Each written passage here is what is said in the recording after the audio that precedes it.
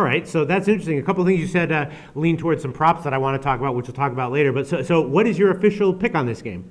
I love the under in this game. I mean, Okay. it's. I think Scott alluded to it as well that the total is very high for Yes. this game. The Patriots' offense has been kind of not fading but declining down the stretch of the season. We see it at times. We saw it with the Packers. Just as the weeks go on, they're scoring less and less points, and squeaking some wins opposed to winning by huge margins of victory like they did earlier in the year. You look back to the first Super Bowl meeting between these two teams. There was only two possessions in the entire first quarter. Both teams were playing ball control. Both teams were trying to play keep away. And I see the very same thing happening in this game. Both defenses know how to prepare for the opposing team. Mm-hmm. You look back to that first game again for evidence.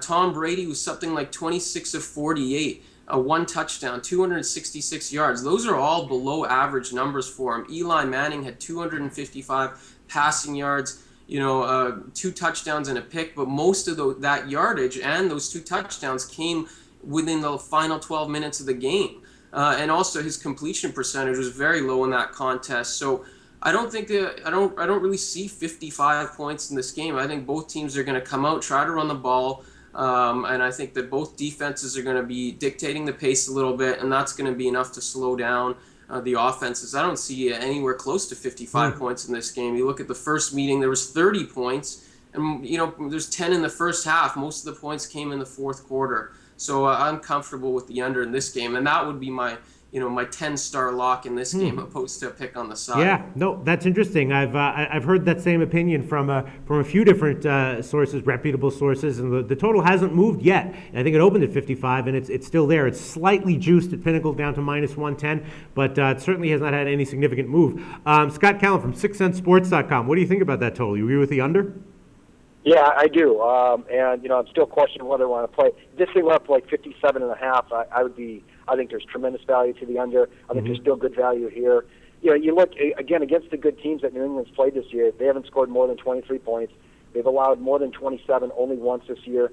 The Giants, I think, in their last 5 games have allowed 20 or less in every game. And the one 20-point effort was against Green Bay, in Green Bay. And as I said earlier, I think Brandon Spikes and Patrick Chung, one or both those missed weeks 10 through 16 and some earlier weeks as well. Mm-hmm. So when you factor all those weeks out and factor in just the games that those guys played, again, I like to look at stats. What do teams average and what do they give up versus what their opponents average and give up? And I show that New England actually is a above-average defense when those guys are playing. So, along with the Giants defense playing very well. And like I said earlier, I've sliced this thing a million different ways. All games, all road games against playoff teams.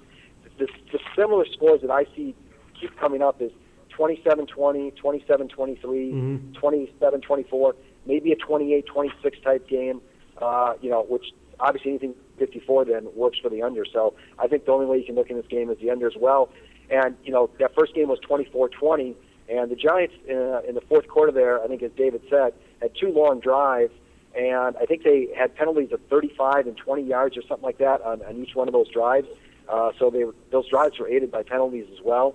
And again, it took to the fourth quarter. That game was 0-0, I think, at halftime. So, I think the under, and 17-14 in the Super Bowl 4 years ago, I think the under is the only way to look at this game as well. All right, and then quickly, just 2 factors that people I'm sure will are thinking about. First of all, obviously it's being played indoors, which in general, it's on a fast turf. Wind won't be a factor, so people that lends itself to higher scoring in general. And then second of all, New England's much maligned secondary, which we've discussed all season long. They do get Patrick Chung back. He came back a few weeks ago, and he's been playing through the playoffs. Do you think their secondary is as bad as advertised?